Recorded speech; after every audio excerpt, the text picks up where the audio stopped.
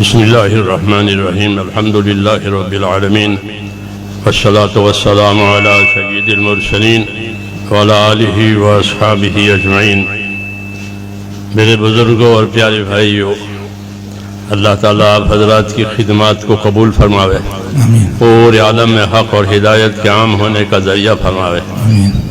اللہ کا دین یہ ہمارے پاس امانت ہے، ہمارے پاس امانت ہے، اس کی حفاظت بھی ہماری ذمہ ہے، اس کے ارشاد بھی ہمارے ذمہ ہے، اور اپنی ذات سے اس پر استقامت کرنا بھی ضروری ہے۔ اسی سے ہماری عزت ہے۔ دین ہے تو سب کچھ ہے، دین نہیں ہے تو کچھ نہیں ہے۔ اور دین میں بڑی چیز ایمان اور علم ہے، جیسا امام غزالی رحمۃ اللہ علیہ فرماتے ہیں کہ دو ہی چیزیں ہمارے پاس بڑی ہے جو اللہ کی طرف سے ہم کو ملی ہے، ایک ایمان ملا ہے اور ایک علم ملا ہے۔ ایمان یہ تو اللہ کے تعلق کا نام ہے کہ ایمان لایا، یعنی میں نے اپنا اللہ سے تعلق پیدا کر دیا، بندگی کا اور عبدیت کا، یہ ایمان ہوا۔ اور ایمان کا تقاضا اطاعت ہوتا ہے کہ اللہ پر ایمان لا کر کیا کرنا ہے، کہ اللہ کی اطاعت کرنی ہے۔ تمام نبیوں کو اللہ تعالیٰ نے اطاعت قائم کرانے کے لیے روئے زمین پر بھیجا ہے۔ وَمَا أَرْسَلْنَا مِن رَّسُولٍ إِلَّا لِيُطَاعَ بِإِذْنِ اللَّهِ، تو اطاعت قائم کرانے کے لیے نبیوں کو بھیجا ہے، اور اطاعت علم کے بغیر ہو ہی نہیں سکتی۔ اس لیے اللہ تعالیٰ نے نبیوں کو جس طرح بھیجا ان کے ساتھ یہ علم اتارا ہے، علم الہی۔ یہ بڑا شرف ہے۔ اللہ جس کے ساتھ بھلائی کا ارادہ کریں گے وہ اس کو اپنے دین کی سمجھ دیں گے، وہ اپنا دین دیں گے۔ اس لیے یہ بڑی نعمت ہے، خصوصاً قرآن و حدیث، یہ تو اصل علم ہے۔ یہی حضور کے پاس تھا، اسی کی تبلیغ کی، اسی کی تعلیم دی، اسی سے تربیت ہوئی ہے، تو یہ بڑی نعمت ہے۔ جس کو یہ ملا وہ خیر کثیر اس کو مل گئی۔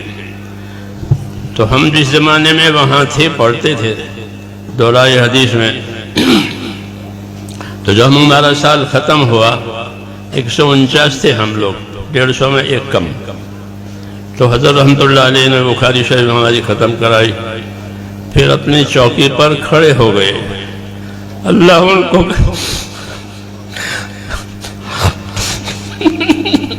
اللہ ان کو غنیمت رحمت کرے، اللہ ان کے درجات کو بلند فرمائے۔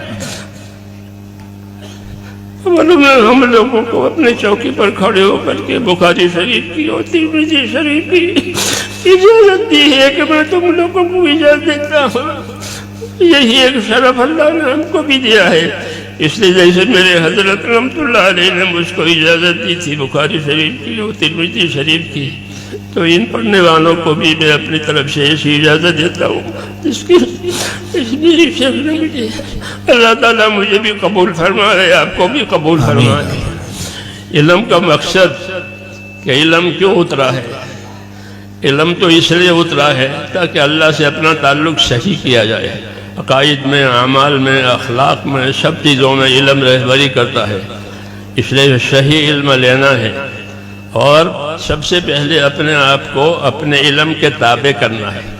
جو اپنے علم کے تابع کرے گا وہ ہے عادل، عدول۔ اور عادل اسے کہتے ہیں کہ جو اپنے آپ کو اپنے علم کے تابع کرے، اور جو اپنے علم کے تابع اپنے آپ کو نہ کرے اس کو فاسق کہتے ہیں۔ اللہ نے بنی اسرائیل کے علماء کو عام طور سے فرمایا کہ ان کی اکثریت فاسق ہے، حالانکہ ان کے پاس علم ہے۔ کیوں؟ کہ وہ اپنے علم کے تابع نہیں تھے، انہوں نے علم کو اپنے تابع کیا تھا، علم کو اپنے تابع کیا تھا۔ وہ تحریف بھی کرتے تھے، تاویل بھی کرتے تھے، جی ہاں۔ اس لیے ان کو کہا کہ ان کی اکثریت فاسق ہے۔ تو اپنے علم کے تابع نہ ہونے والا فاسق کہلاتا ہے، ہاں، اور اپنے علم کے تابع ہونے والا عادل کہلاتا ہے۔ صحابہ سارے کے سارے عادل ہیں کہ وہ اپنے علم و ایمان کے تابع ہیں، اور انہوں نے اپنے ایمان کو، اپنے علم، اپنے آپ کو ایسا تابع کیا کہ ان کو اللہ تعالیٰ کے نبی کی طرف سے سند ملی کہ اصحابی کا نجوم، کہ میرے صحابہ تو ستاروں کی طرح سے ہے۔ ستاروں میں روشنی بھی ہے، رفتار بھی ہے۔ ستاروں میں روشنی بھی ہوتی ہے، ان کی روشنی سے لوگ فائدہ اٹھاتے ہیں، اور ان کے اندر رفتار بھی ہے کہ ان کا نور کا تعدیہ ہوتا ہے۔ اسی طرح اس علم میں بھی دونوں باتیں ہیں کہ اپنے آپ کو اپنے علم کا تابع کرے. اگر اپنے علم کے تابع عالم نہیں کرے گا تو اپنی خواہش کے تابع ہوگا. یا تو ہدا یا ہوا، ان دونوں میں سے ایک کی تابعداری آدمی کا نفس قبول کرتا ہے. اگر ہوا کے تابع ہو گیا تو پھر وہ کام سے گیا. کہ سب سے زیادہ گمراہ وہ ہے جو ہوا اور خواہشات کی تابعداری کرے. اس کے مقابلے میں ہدا ہے، صحیح ایمان، صحیح عقائد، صحیح اعمال. هو الذي ارسل رسوله بالهدى ودين الحق، کہ اللہ نے اپنے نبی کو ہدا اور دین حق یعنی صحیح عقائد، صحیح اعمال کے ساتھ بھیجا ہے. تو ہم اس کا اتباع کریں گے، اس کی ہمیں ہدایت ہے. یہی وہ علم ہے جو نبی کریم صلی اللہ علیہ وسلم کی طرف سے ملا ہے. اور ایک تو ہمیں اپنے علم پر استقامت پیدا کرنی ہے. یہ سب سے پہلا تقاضا ہے کہ ہر عالم اپنے آپ کو اپنے علم کا تابع کرے. ہاں، یہ تقاضا ہے. فاستقم کما امرت ومن تاب معک.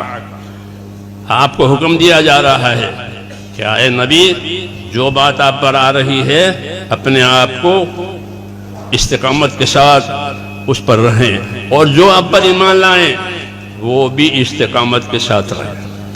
تو ہمارے علم نے ہم کو استقامت کی دعوت دی ہے. اللہ نے کہ اپنے علم پر استقامت کے ساتھ رہو. دوسری ذمہ داری کہ علم کو اللہ نے ایک مشترک سرمایہ بنا کر کے اتارا ہے کہ اس میں سب کا حصہ ہے. جیسے بارش کے پانی میں سب کی روزی ہے. حضور صلی اللہ علیہ وسلم اپنے علم کی مثال بارش کے پانی سے دیتے تھے. مثل ما بعثنی اللہ من العلم والہدى کمثل غیث الی آخر حدیث، کہ جو علم و ہدایت دے کر پروردگار نے مجھ کو بھیجا ہے وہ ایسا ہے جیسا کہ آنے والی بارش. تو بارش میں سب کا رزق ہے، بارش میں سب کی حیات کا سامان ہے.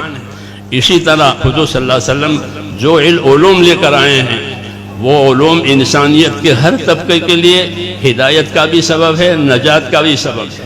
حاکموں کا طبقہ، تاجروں کا طبقہ، زراعت کرنے والوں کا طبقہ، ملازمین کا طبقہ، یہ معیشت کے 4 طبقے ہوتے ہیں ہر زمانے میں. تو ان تمام طبقوں کے لیے رہبری اس علم میں ہے کہ وہ اپنے آپ کو اس علم کے تابع کرے. مولانا محمد یوسف صاحب رحمۃ اللہ علیہ فرماتے تھے کہ ہمارے دین میں ہر شعبے کے فضائل ہیں، ہر شعبے کے مسائل ہیں. ہمارے دین میں ہر شعبے کے فضائل ہیں، ہر شعبے کے مسائل ہیں. حکومت اور اقتدار کے فضائل ہیں، اس کے مسائل ہیں. تجارت کے فضائل ہیں، تجارت کے مسائل ہیں. زراعت کے فضائل ہیں، زراعت کے مسائل ہیں. مزدوری کے فضائل ہیں، مزدوری کے مسائل ہیں. یہ معیشت کے شعبے ہیں، گزارے کے شعبے ہیں. یہ تو ان چاروں شعبوں کی رہبری اس علم میں جو اتارا ہے. اس لیے یہ مشترک سرمایہ ہے سب کے لیے کہ جن کے پاس آوے یہ علم وہ اپنے آپ کو اس کا تابع کرے. دوسرا، اور دوسروں کو اس کی دعوت دے. اور جو دعوت قبول کر کے آوے وہ طالب ہے، اس کو طلب کے مطابق اس کو علم دے. اس طرح یہ طریقہ رہا ہے. اور اسی طرح یہ علم چلتا ہوا اللہ تعالیٰ نے ہم تک پہنچایا ہے. اللہ تعالیٰ آپ حضرات کے مسائل کو قبول فرماوے اور ہم سب کو اس علم کے ذریعے سے اپنے مقبول بندوں میں داخل فرماوے. جی ہاں، اور ہم سب کا انجام بخیر فرماوے. اللہ تعالیٰ آپ حضرات کی خدمتوں کو قبول فرماوے. جزاکم اللہ تعالی.